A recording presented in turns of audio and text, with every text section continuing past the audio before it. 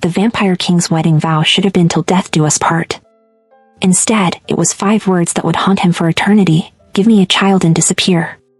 Belle Winters stood there in her white dress, hearing the man she'd just married reduce her to a transaction, and in that moment, she didn't cry. She smiled. Because she knew something he didn't. You don't wound a woman who's already survived losing everything and expect her to just fade away. You certainly don't command her to vanish and think she won't take the one thing you need most with her. Victor Coldwell was about to learn the hardest lesson of his 400-year life. The cruelest thing you can do to a king isn't kill him. It's make him realize too late that he destroyed the only thing worth ruling for. She stood in the grand marble bedroom of his London penthouse, still wearing her wedding dress, and heard the Vampire King she'd just married say the words that would change everything: "Give me a child and disappear from London." Belle's hands fell to her sides, the bouquet of white roses hitting the floor, and in that moment, she made a silent vow that would bring the most feared creature in England to his knees. Belle Winters had never imagined her wedding day would feel like a funeral. She stood before the floor-length mirror in the bridal suite of London's most exclusive supernatural venue, the Crimson Estate, adjusting the delicate lace sleeves of her gown for the 100th time. 23 years old, orphaned at 16, and working double shifts at a Seattle Starbucks just 6 months ago, she'd never expected to catch the attention of vampire royalty at a charity gala.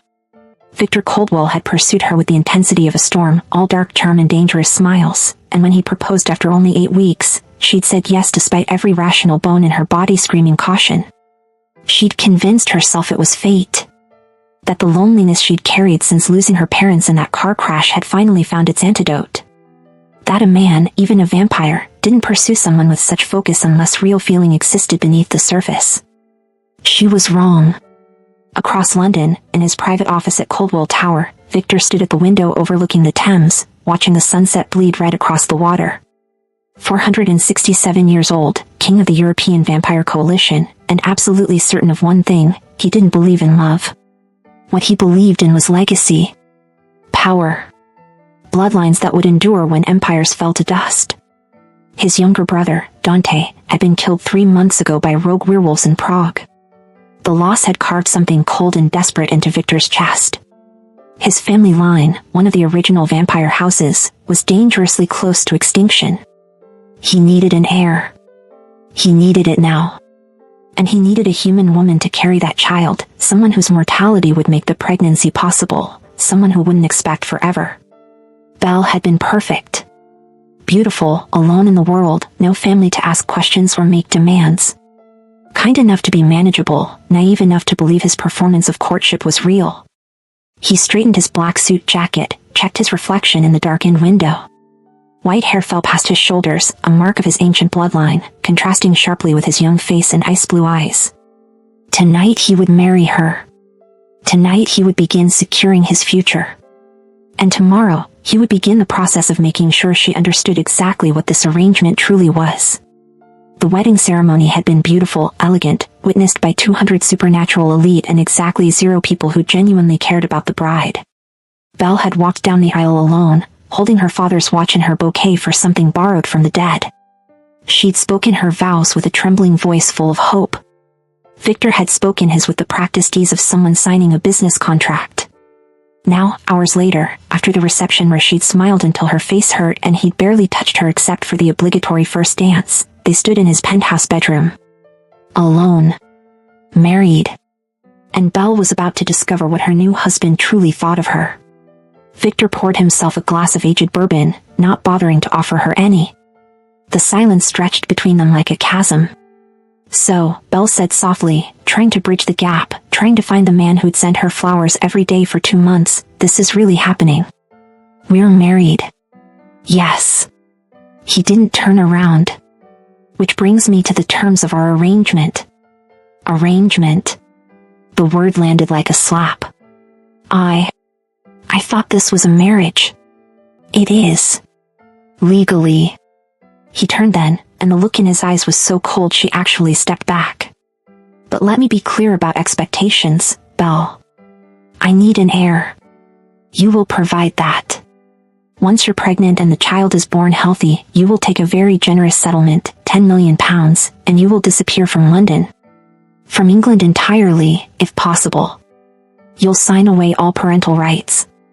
The child will be raised as Coldwell royalty, and you will become a memory." The room tilted. Belle's hand found the bedpost, gripping it to stay upright.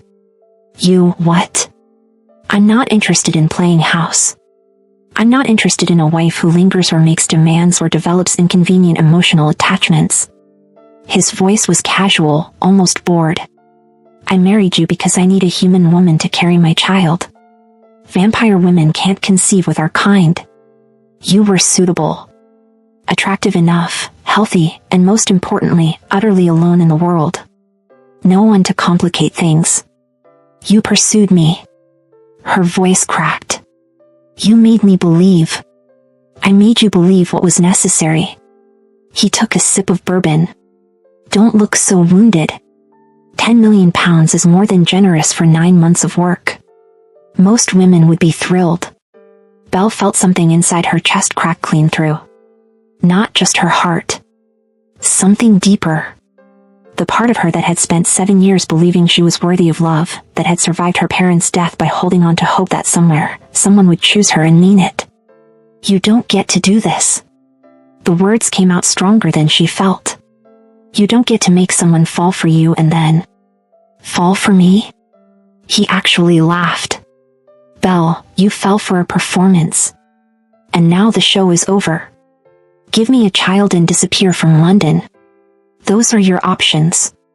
Well, that or an annulment tonight and you leave with nothing." She stared at him, this beautiful monster she'd married, and felt something new rising through the grief. Something that tasted like fury. "Fine." Her voice was ice now, matching his. "You want a child? You'll get one." His eyebrow raised slightly, surprised by her shift in tone. "But Victor?" She stepped closer, and for just a moment, she saw something flicker in his eyes. "Uncertainty, maybe. You're going to regret every single word you just said. That's not a threat. It's a promise." He smiled, but it didn't reach his eyes.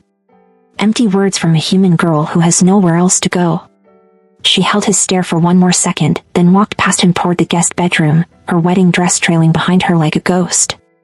Victor stood alone in his room, listening to the door click shut down the hall, and told himself he felt nothing but relief. He was wrong about that too. If you've made it this far, you're already hooked, and I need you to do something for me right now. Hit that subscribe button because you're about to witness the most satisfying revenge arc in vampire history, and I don't want you to miss a single second. This is the fastest growing vampire love stories community on YouTube, and we save seats for people who actually care about the story. So subscribe, then drop a comment and tell me where in the world you're watching from because I genuinely want to know where my story lovers are. Don't make me beg. You know you want to see what happens next. Do you think Belle can actually make a 400-year-old vampire king regret his cruelty, or is she in over her head? Drop your thoughts below. 3 weeks passed in cold silence. Belle moved through Victor's penthouse like a ghost, occupying the guest bedroom, taking her meals alone, avoiding him entirely. She'd signed the papers his lawyers brought. Prenuptial agreements, custody waivers to be enacted upon birth, financial settlements. All of it lawyer speak for exactly what he'd told her. She was an incubator with an expiration date. But she signed everything with a calm that unsettled even Victor's oldest attorney. She didn't even negotiate, the lawyer mentioned during their meeting. Victor shrugged. She's smart enough to know she has no leverage. What he didn't know was that Belle was planning, researching, learning everything she could about vampire law, about bloodline rights, about the intricate politics of the supernatural world. The penthouse had an extensive library, and Victor barely noticed when books went missing. On the 22nd night of their marriage, Belle stood in the bathroom staring at 3 positive pregnancy tests lined up on the marble counter. Her hand moved to her still flat stomach. A baby. His baby. Growing inside her. She should have felt trapped. Instead, she felt powerful. She found Victor in his study, reviewing territorial contracts. He glanced up when she entered, his expression carefully neutral. "I'm pregnant." She kept her voice flat, emotionless. Something flickered across his face. Relief, maybe. Or something else he quickly buried. He stood, moving around the desk with that predatory grace all old vampires possessed. How far along? 3 weeks. I saw a supernatural physician today. He confirmed it. She met his eyes. Healthy. Strong heartbeat already. Apparently vampire-human hybrids develop faster than normal human pregnancies. Good. He nodded, businesslike. I'll have my assistant arrange for the best prenatal care in London. You'll want for nothing during the pregnancy. How generous. Her tone could have frozen fire. He studied her for a long moment. She looked different than the hopeful bride he'd married. Thinner, yes, but harder somehow. Her dark hair was pulled back severely, and she wore simple black clothes that made her look older, more formidable. Belle, this doesn't have to be unpleasant. You're carrying my heir. I'll ensure you're comfortable, safe, well provided for. Until the baby comes, and then I'm garbage to be disposed of. She smiled, and it was the coldest thing he'd ever seen on a human face. I understand perfectly, Victor. You've made the terms abundantly clear. Then why do I feel like you're planning something? Because you're paranoid. She turned to leave, then paused at the door. Oh, and Victor? The doctor said stress is terrible for the baby. So I'll be needing some space from you. Completely separate living arrangements would be best. I'm thinking the East Wing. I'll have my things moved tomorrow. The East Wing is perfectly suitable for someone carrying the last heir to the Coldwell bloodline, she interrupted. Unless you'd prefer I stay stressed and risk complications? He wanted to argue. Wanted to tell her she didn't give orders in his home. But she was right, and they both knew it. Her health, the baby's health, that was everything right now. Fine. Take the East Wing. She smiled again, that terrible cold smile. Thank you, husband. After she left, Victor poured himself a drink and tried to ignore the way his chest tightened. This was what he wanted. Distance. A transactional arrangement. No messy emotions. So why did her coldness bother him more than her earlier tears had? The pregnancy progressed rapidly. By week 12, Belle looked 6 months along.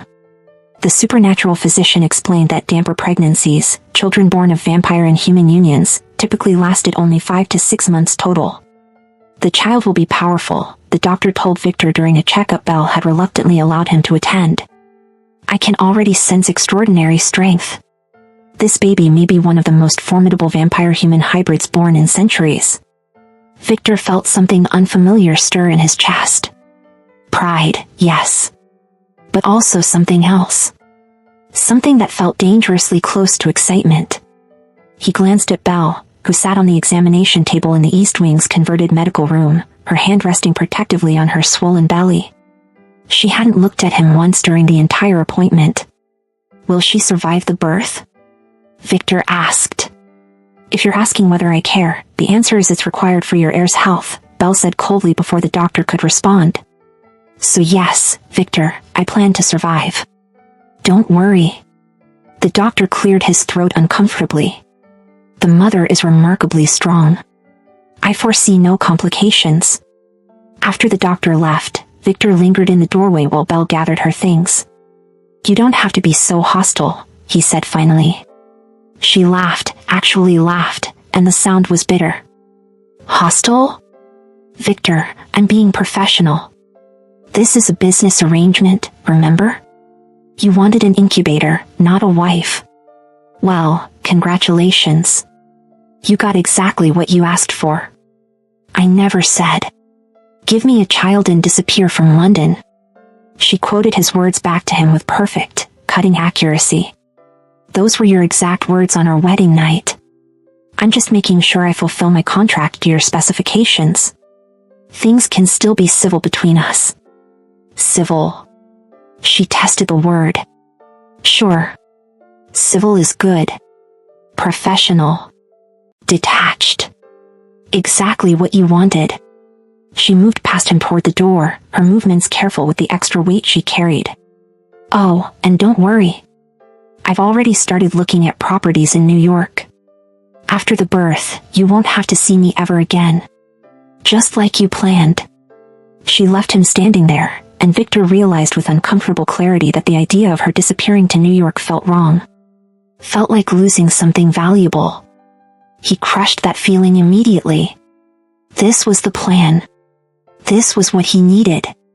But late that night, he found himself standing outside the East Wing, listening to Belle talk softly to the baby in her womb. Her voice was gentle, loving, full of warmth she never showed him anymore. "You're going to be so strong," she whispered. "So powerful. And I need you to remember something, little one. I wanted you. Even if he doesn't want me, I want you with everything in me." Victor's hand pressed against the door, and he almost knocked. Almost went in and said, "What? That he was sorry? That he'd been cruel?" He turned and walked away instead. Apologies were weakness, and he couldn't afford weakness. The attack came at month 4. Belle was in the penthouse library, reading about vampire succession laws, when the windows exploded inward. 3 rogue vampires, faces twisted with bloodlust, crashed into the room. "The Coldwell heir," one hissed. "Kill it before it's born. End the bloodline." Belle screamed, throwing herself behind a bookshelf as the vampires advanced. Her hands covered her belly instinctively, protectively. And then the air itself seemed to freeze. Victor appeared in the doorway, and the temperature in the room dropped 20 degrees. His eyes had gone completely black, and the power rolling off him made the chandeliers shake. "You dare enter my home." Each word was its own death sentence. What happened next was brutal and swift. Victor moved like liquid death, faster than Belle's human eyes could track. The first vampire's head separated from his body before he could scream. The second tried to run and made it exactly 3 steps before Victor's hand punched through his chest and ripped out his heart. The third vampire fell to his knees, begging. "Please, we were paid, we didn't." "Who paid you?" Victor's voice was so cold it burned. "The Prague Pack. They wanted revenge for..." Victor ended him before he could finish. Then silence. Victor stood among the ashes of his enemies, covered in blood, breathing hard. Slowly, the black faded from his eyes, and he turned to find Belle. She was pressed against the bookshelf, shaking, both hands cradling her belly. Tears streamed down her face. "Belle." His voice changed completely, became almost gentle. "Are you hurt? Is the baby?" "We're fine." Her voice trembled. "We're fine, oh God, Victor, they were going to kill us." He moved toward her carefully, like she was something fragile. "They're dead. You're safe. I promise you're safe."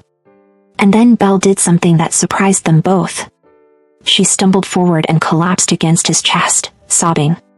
Her hands clutched his blood-soaked shirt, and her whole body shook with the aftermath of terror. Victor's arms came around her automatically, carefully, mindful of her belly between them. He held her while she cried, and something in his carefully constructed walls began to crack. "I've got you," he murmured into her hair. "I've got you both. Nothing will touch you. I swear it on my bloodline." She pulled back just enough to look up at him, and for the first time in months, there was something other than ice in her eyes. "You saved us." "Of course I did." His hand came up to cup her face, thumb wiping away tears. "You're carrying my child. You're under my protection. Is that the only reason?" The question slipped out before she could stop it. Victor opened his mouth to say yes, to reinforce the walls, to push her away again. But looking down at her tear-stained face, feeling the rapid flutter of her heartbeat against his chest, he found the words wouldn't come. "I don't know," he admitted quietly. The security team arrived then, breaking the moment. Victor immediately shifted back into king mode, barking orders, demanding investigations, threatening retribution against anyone who'd helped the attackers. But that night, he didn't return to his wing. He stationed himself outside Belle's bedroom door and stood guard until sunrise. And Belle, lying in bed with her hands on her belly, felt the first dangerous stirrings of hope. Maybe, just maybe, there was something real beneath his cruelty after all. The attack changed the dynamic between them. Victor insisted Belle move back to the main wing where he could better protect her. She agreed, but took a suite adjacent to his rather than sharing his bedroom. Small steps. Careful boundaries. But proximity bred conversation. 3 days after the attack, Belle found Victor in his private study at 2 in the morning. He sat in the darkness, a glass of untouched bourbon in his hand, staring at a portrait on the wall she'd never noticed before. "Can't sleep?" she asked from the doorway. He didn't startle. Vampire hearing meant he'd known she was coming. "The baby keeping you awake?" Kicking like a future martial arts champion. She moved into the room, her hand rubbing her belly. "Who's in the portrait?" Victor was silent for so long she thought he wouldn't answer. "Then, my family." "Before." Belle moved closer. The painting showed 4 people. A beautiful woman with white hair like Victor's. A man who could only be his father, regal and powerful. Victor himself, looking exactly as he did now. And a younger man with the same ice blue eyes but dark hair and a mischievous smile. "Dante," she said softly, remembering the name he'd mentioned once. "My younger brother." Victor's voice was hollow. He was 212 years old when the Prague werewolves ambushed him. They tore him apart and left the pieces for me to find. His hand tightened on the glass. He was the good one, Belle. The one who still believed in love and honor and all the romantic nonsense our kind is supposed to have evolved past. He wanted to marry a human woman himself. Wanted children. Wanted a real family.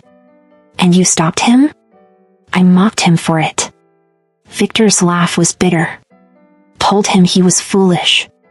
That humans were fragile and temporary and loving them was weakness.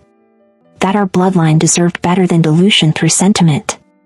Belle sat down slowly in the chair across from him. "What happened to your parents?"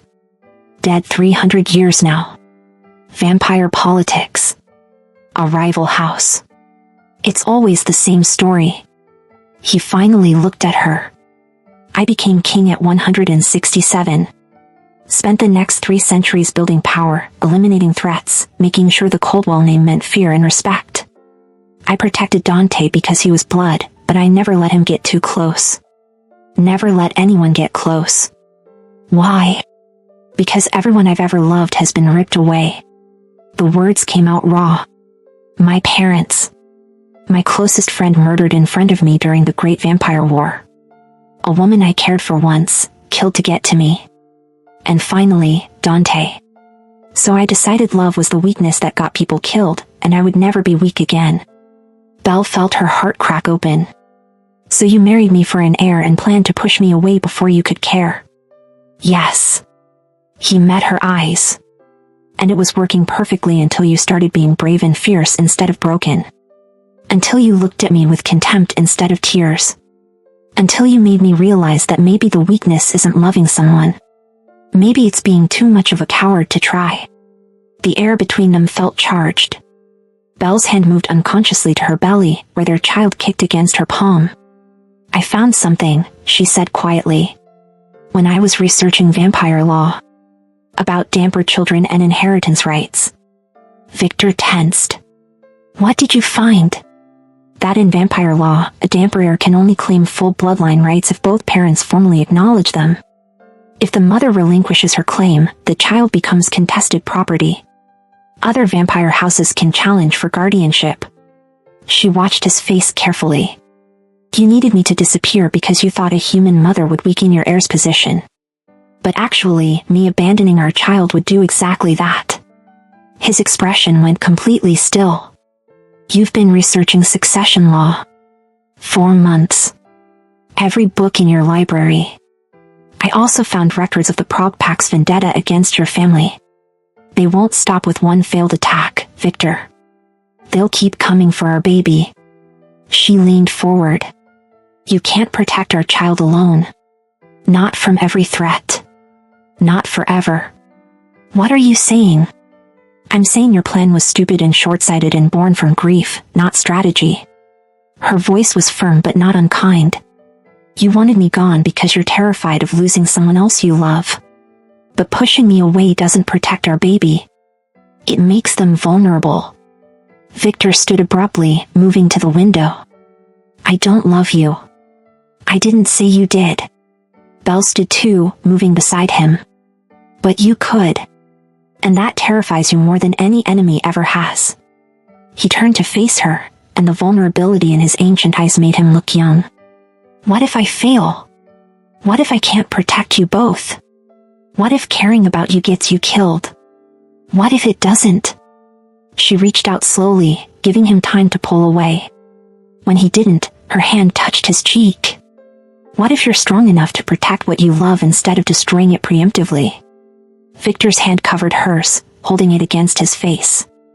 I was cruel to you. Unforgivably cruel. Yes, you were. I don't deserve forgiveness. Probably not. She smiled sadly. But our baby deserves a father who's brave enough to try. Who's willing to fight his own demons as hard as he fights his enemies. Belle, I don't know if I can be what you need. Then start by being honest. With me and with yourself. She pulled her hand back. I'm going to bed. But Victor? Think about what you really want. Not what fear tells you to want. What your heart wants, if you're brave enough to listen to it. She left him standing in the darkness, and Victor pressed his forehead against the cold window glass. For 467 years, he'd survived by being ruthless. By cutting away anything that could be used against him. But Belle wasn't a weakness to be eliminated. She was strength he'd been too blind to recognize. And their child deserved better than a father who was too broken to try. The next morning, Belle found a gift outside her door. A leather journal with a note in Victor's elegant handwriting, for recording memories for our child. So they know their mother's voice, even in writing. V. It was the first genuinely thoughtful thing he'd done since their wedding. She found him in the kitchen, of all places, attempting to make breakfast. The sight of the ancient vampire king wrestling with a waffle iron while wearing a pristine black suit was so absurd she actually laughed. He looked up, startled. I thought you might be hungry. You're making me waffles? Attempting to. I'm 400 years old and I've never used one of these infernal devices. He glared at the waffle iron like it was a personal enemy. How do humans operate this torture device? Belle moved beside him, trying not to smile. Let me help before you declare war on breakfast appliances. They worked in surprisingly comfortable silence, Belle guiding him through the process. When the first waffle emerged golden and perfect, Victor looked ridiculously proud of himself. I made food, he announced, like he'd conquered nations. You absolutely did. Belle accepted the plate he offered, and their fingers brushed. Neither pulled away immediately. They ate together at the kitchen island, and Belle noticed Victor watching her with something that looked almost like wonder. What? She asked. You laughed. At me, not with contempt. Just genuine amusement. He tilted his head. I don't think I've heard you laugh since before our wedding. You haven't given me much to laugh about. I know. He set down his fork. Belle, I want to try. To be better. To be someone worthy of you and our child. That's a nice speech, Victor. But speeches are easy. You've proven that. Then let me prove it with actions. He stood, offering his hand.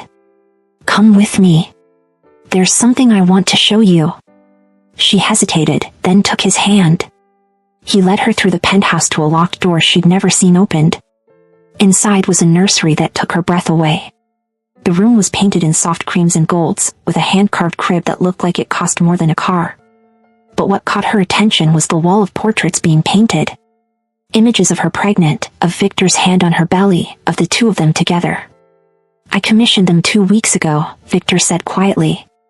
I told myself it was just documentation. But the truth is, I wanted to remember these moments. Even if you left, I wanted to remember what it felt like to have you here. Belle moved through the room, touching the soft blankets, the stuffed animals, the rocking chair positioned by the window. You did all this? I had help with the decorating, but I chose everything myself. He moved beside her. This is where our child will sleep. Where I'll read to them. Where you'll sing lullabies, if you stay. If I stay, she repeated. I'm not going to pretend I'm suddenly a different person. I'm still difficult and controlling and emotionally stunted. His hand found hers again. But I want to try to be someone you could choose. Not someone you're forced to tolerate for 9 months and then escape from. Belle turned to face him fully. You hurt me, Victor. Deeply. On what should have been one of the happiest nights of my life, you made me feel worthless. I know. I don't forgive easily. I'm my father's daughter that way. He used to say trust is like glass. Once it's shattered, you can piece it back together, but you'll always see the cracks. I understand. But, she continued, her hand moving to her belly, our baby kicks hardest when they hear your voice. When you're near. And I think they deserve a chance to know their father. The real one. Not the terrified king hiding behind cruelty. Victor's hand covered hers on her belly, and right on cue, the baby kicked strongly against both their palms. His eyes widened with wonder. They're strong, he whispered. Takes after their stubborn father. Belle smiled. Victor, I'm willing to try. To see if there's something real we can build. But you have to be all in. No more talk of me disappearing. No more walls. I'm in. Completely. He brought her hand to his lips, kissing her knuckles gently. I promise you, Belle. I'll spend every day proving I'm worth this chance. For the first time since their wedding, Belle felt genuine hope bloom in her chest. They spent the rest of the day together. Victor showed her his favorite places in London, told her stories about his long life, and listened to her talk about her childhood in Seattle, her parents, her dreams. That night, he asked if he could stay with her. Not for intimacy, just to be close. Belle agreed, and they fell asleep in the same bed for the first time as husband and wife, his hand protectively over their child, her back against his chest. It felt like a beginning. But good things, in their world, never lasted long. Is Victor's change genuine, or is Belle setting herself up for more heartbreak? Let me know what you think is going to happen next. 2 weeks of careful happiness followed. Victor was attentive, gentle, present in ways Belle had never imagined possible. He read pregnancy books. He attended every doctor's appointment. He held her when the baby's movements kept her awake and rubbed her swollen feet without complaint. Belle felt herself falling. Really falling. Not for the performance from before their wedding, but for this version of Victor. The one who made terrible jokes to make her laugh. The one who looked at her like she hung the moon. The one who whispered to their baby about all the things they do together. She should have known it was too perfect. The call came at midnight. Victor's phone rang with a tone Belle had never heard before. Emergency protocol. He answered immediately, his body going tense. When? His voice was ice. How many dead? Belle sat up in bed, heart pounding. Victor, what's wrong? He held up a hand, listening. I'll handle it. Lock down the Eastern Territories. Kill anyone who resists. He ended the call and turned to her, his face carefully blank. I have to go to Paris. There's been an uprising. 3 of my territory lords have been murdered. I'll come with you. Absolutely not. You're 7 months pregnant with a target on your back. You'll stay here where it's safe. For how long? A week. Maybe 2. He was already dressing, moving with that preternatural vampire speed. I'll leave my best guards. You won't be alone. Victor. Belle climbed out of bed, moving to him. Be careful. He kissed her forehead. Always am. I'll call every day. But he didn't. The first day passed with no word. Belle told herself he was busy. Crisis management. The second day, her calls went to voicemail. The third day, she started to worry. On the fourth day, a courier arrived with a legal document. Belle's hands shook as she read it. A revised custody agreement. New terms. Victor wanted full, uncontested custody with Belle having supervised visitation rights only. 4 times a year. 2 hours each visit. The accompanying note was in his handwriting. I've reconsidered our arrangement. This is more appropriate given the circumstances. The original financial settlement still stands. Sign and return. Belle read it 3 times, certain she was misunderstanding. But the words didn't change. He'd done it again. Let her believe, let her hope, let her fall in love with him. And then ripped it away when it suited him. Her phone rang. Victor's name flashed on the screen. She answered with shaking hands. "Did you receive the documents?" His voice was cold, businesslike. The voice from their wedding night. "What is this, Victor?" "It's the revised agreement. More realistic terms. We talked about this. You said you wanted to try. You said." "I said many things." He cut her off. "But I've had time to think clearly, away from the situation. A child needs stability, not a mother who'll resent being tied to a vampire king. This way is cleaner." Cleaner. Her voice broke. "You're doing this again. You're pushing me away again. I'm being practical. Sign the papers, Belle." "No." The word came out strong despite her tears. "No, I won't." "Then you'll get nothing. No visitation. No settlement. I'll make sure you never see this child." "You can't do that. I'm the vampire king of Europe. I can do anything I want." His voice was cruel now, deliberately cutting. "You were a means to an end. I got what I needed. Now it's time for you to accept reality and take the deal while it's offered." Belle felt something inside her shatter. Not crack. Shatter completely. "I was right about you. On our wedding night. You're incapable of love. You're just a coward playing king, too broken to be anything real. Believe what you want. Sign the papers. Go to hell, Victor."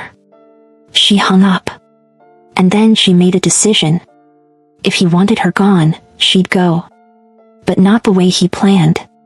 Not beaten and broken and begging for scraps of time with her own child. Belle called the one person she'd been too proud to reach out to before.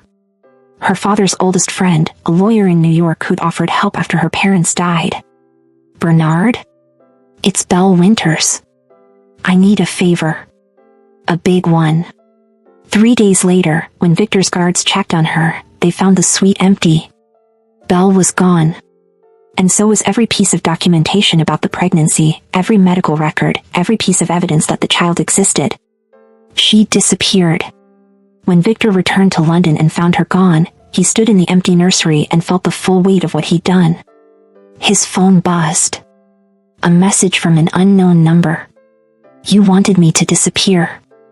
Congratulations. You'll never find us. Our child will grow up knowing their mother chose them over everything. And they'll never know the father who threw them both away. I hope your fear keeps you warm at night. It's all you have left now." Victor read the message and felt something he hadn't experienced in 300 years. Complete and utter devastation. 6 months passed. Victor turned London inside out looking for Belle. Every contact, every resource, every supernatural tracking method known to vampire kind. She'd vanished like smoke. His empire began to crumble. He couldn't focus. Couldn't care about territory disputes or political maneuvering. His advisors whispered that the king was broken. They were right. He stood in the nursery he'd built, the one Belle never got to use, holding the stuffed bear he'd chosen for their child. A child he'd never meet. A child who would grow up thinking their father hadn't wanted them. "You're an idiot," Dante's voice echoed in his memory. "You're going to die alone because you're too scared to live." His brother had been right. Victor had spent 4 centuries surviving. But Belle had been right too. Survival wasn't the same as living. And he'd been too much of a coward to choose life when it was offered. The truth he'd been running from crashed over him with brutal clarity. He loved her. Had loved her maybe since that first real conversation in the kitchen over waffle irons. Had loved her when she'd stood up to him, when she'd refused to break, when she'd looked at him with contempt and challenged him to be better. And when she'd started looking at him with softness, with hope, with something that might have become love, he'd panicked. Because loving her meant she could be taken from him, could be killed because of him, could become another portrait on his wall of people he'd failed to protect. So he destroyed it himself. Better to push her away than watch her die, he told himself. But Belle hadn't died. She just stopped existing for him. And that was so much worse. His phone rang. Unknown number. He answered immediately, desperately. Belle? No. A woman's voice, unfamiliar. But I have information about her. If you're interested. Who is this? Someone who thinks you don't deserve what I'm about to give you. But the baby does. A pause. She's in Seattle. Gave birth 4 months ago. A girl. Healthy. Beautiful. Belle works nights at a hospital as a patient advocate and takes care of your daughter during the day. She's exhausted and broke because she refused to touch her money. She tells your daughter stories every night about a king who forgot how to love. Victor's hand tightened on the phone. Where exactly in Seattle? I'll text you the address. But Victor? If you show up at her door and hurt her again, I'll make sure every vampire house in North America knows how you treated your child's mother. Your reputation won't survive it. Who are you? Belle's emergency contact at the hospital. She doesn't have anyone else. No family. No support. Just a 4-month-old baby and a broken heart you gave her. The woman's voice hardened. Fix it. Or stay away forever. Those are your only choices. She hung up. The address came through 60 seconds later. Victor was on a plane to Seattle within the hour. He found the apartment building at dawn. Small. Run down. Nothing like the luxury she could have had if she'd taken his settlement. The stubbornness of it, the pride, it was so perfectly Belle that his chest ached. He stood outside her door for 10 minutes, listening. A baby's soft coos. Belle's exhausted voice singing a lullaby. Hush now, little star. Mama's here. Always here. We don't need anyone else, do we? Just us. Just us forever. The loneliness in her voice broke him.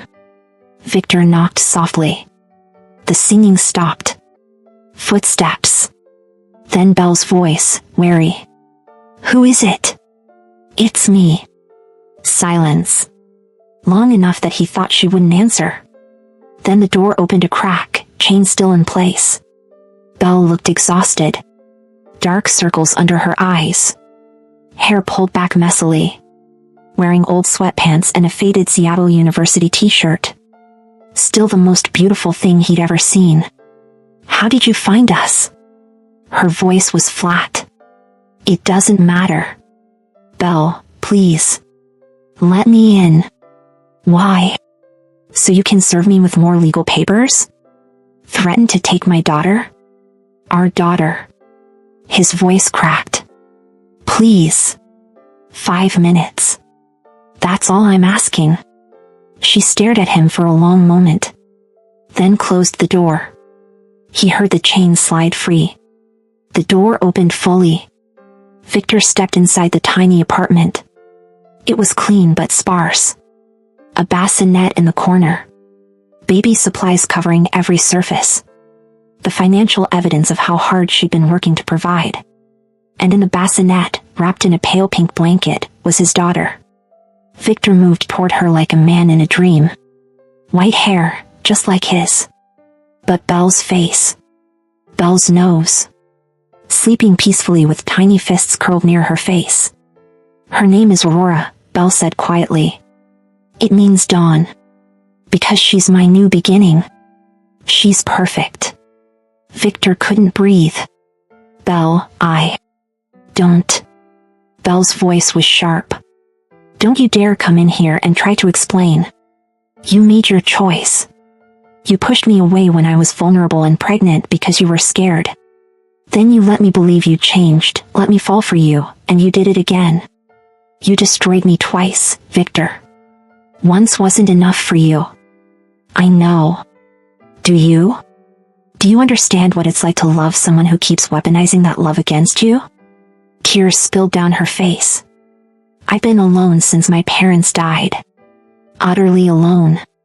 And you made me believe I didn't have to be anymore. Then you made sure I understood that I would always be alone. That no one would ever choose me and mean it. You were wrong. Victor moved toward her, slowly. I choose you. I choose both of you. I know I don't deserve another chance. I know I've broken you in ways I can't fix with words. But Belle, I love you. I have loved you probably since you called me a coward on our wedding night and meant it. I've just been too terrified to admit it because everyone I love dies and I couldn't survive losing you too. So you pushed me away first. Yes. I sabotaged us. I hurt you deliberately because I thought the pain I caused would be less than the pain of losing you to something I couldn't control. He laughed bitterly. But losing you to my own stupidity hurt so much worse. Because I could have had this. Had you, had her, had a family. And I threw it away because I'm a 400-year-old fool who forgot that love is supposed to be worth the risk. Belle wiped her eyes.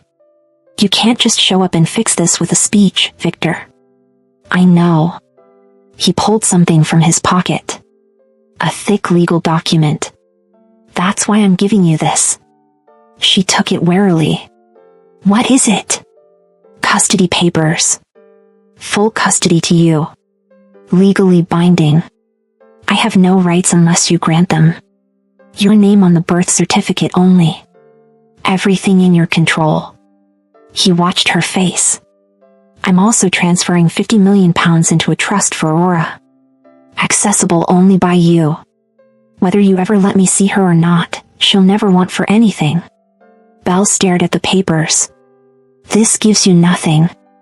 It gives me the chance to earn my way back into your life. If you'll let me. Victor's voice was raw. I'm not asking you to forgive me. I'm asking you to let me prove that I can be the man you both deserve. Let me court you properly. Let me show up every day and be present and honest and real. Let me meet my daughter and be her father, if you decide I've earned that right. And if I say no, then I'll sign over everything in those papers and walk away. You'll never see me again. His hands were shaking. But Belle, I'm begging you. Please don't say no. Please give me one more chance to be brave instead of broken.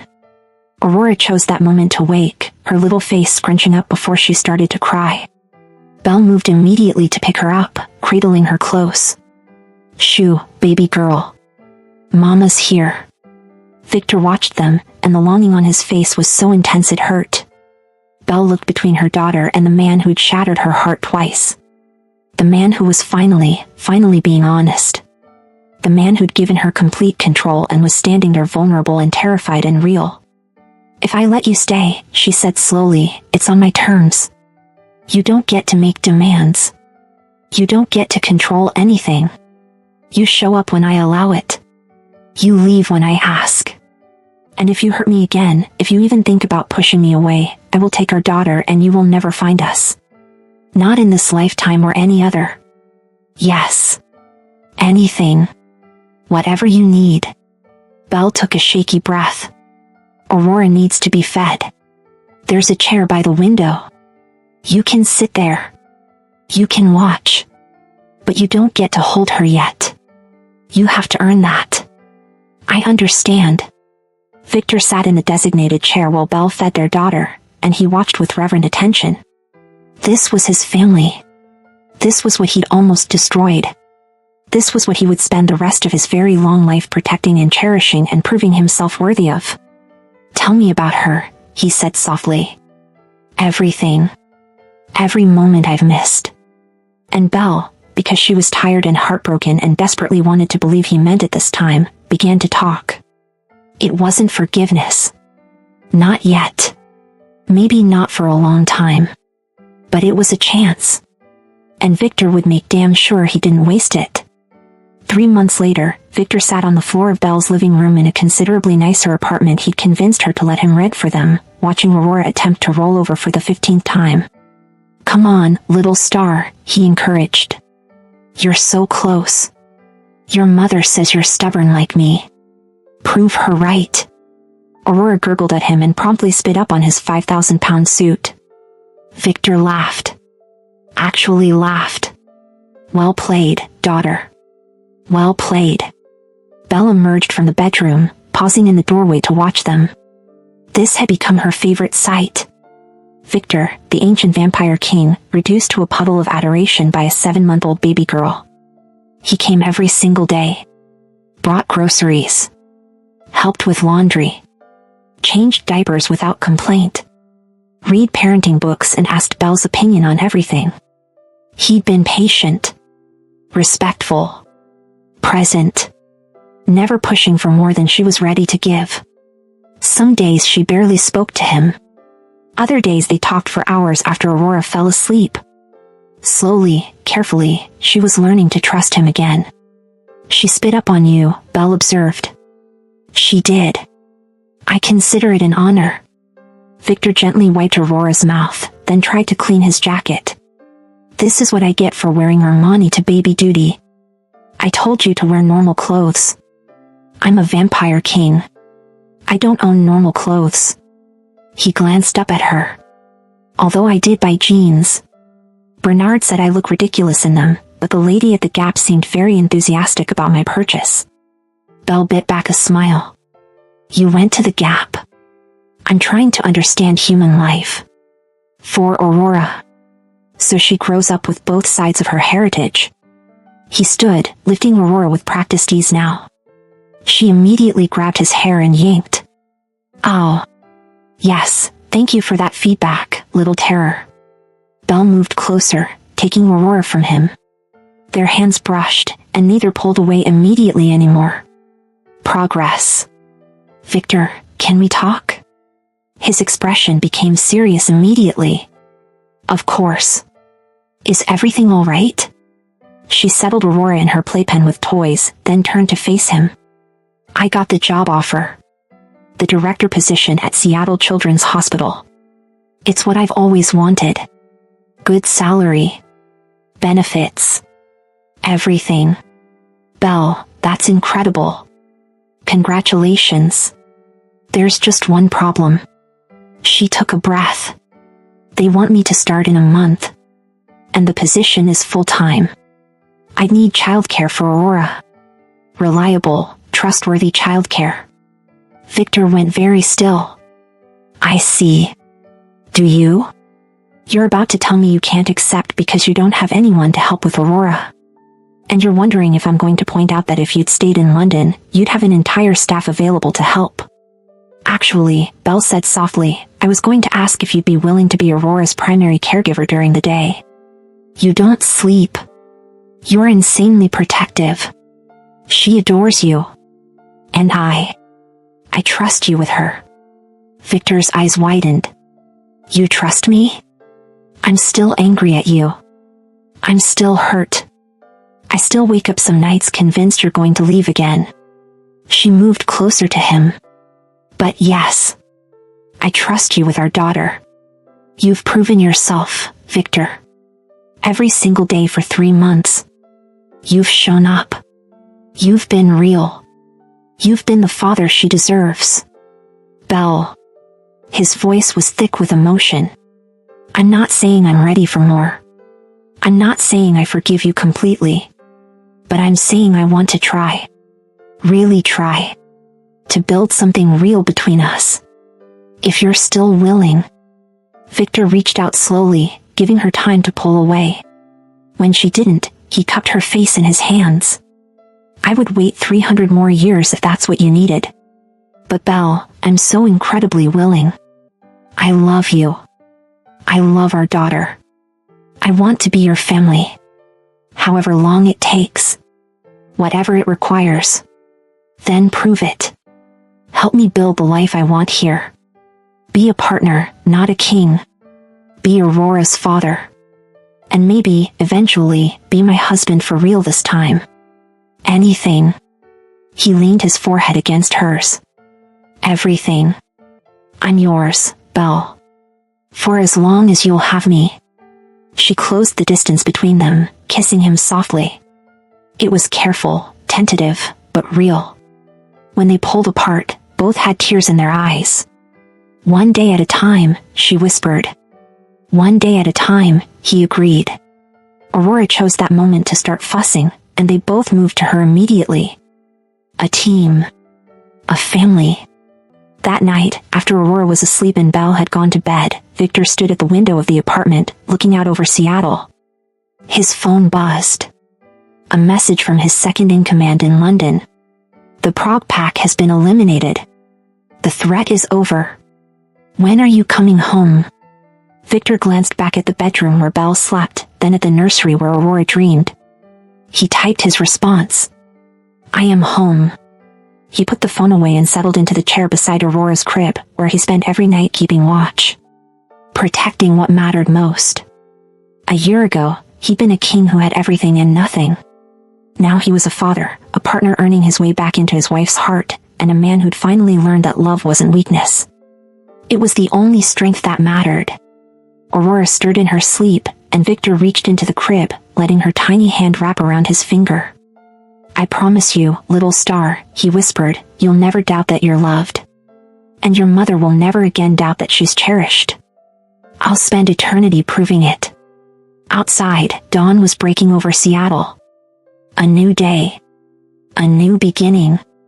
And for the first time in 467 years, Victor Coldwell was exactly where he belonged.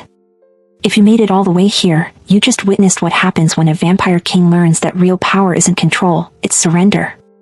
Now I need you to do something for me because I poured everything into this story. Hit that subscribe button right now if you're not already part of our family. This is the fastest growing vampire love stories community on YouTube, and you belong here with us. And here's the thing, if you loved Belle's journey from broken bride to fierce mother who made a king bow, the next story is even more emotionally devastating.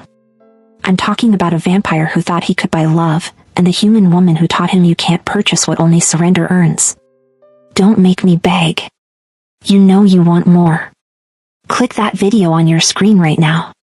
Your heart isn't done breaking and healing yet, and neither am I done telling stories that make you feel everything. See you in the next one, story lover. Don't keep me waiting.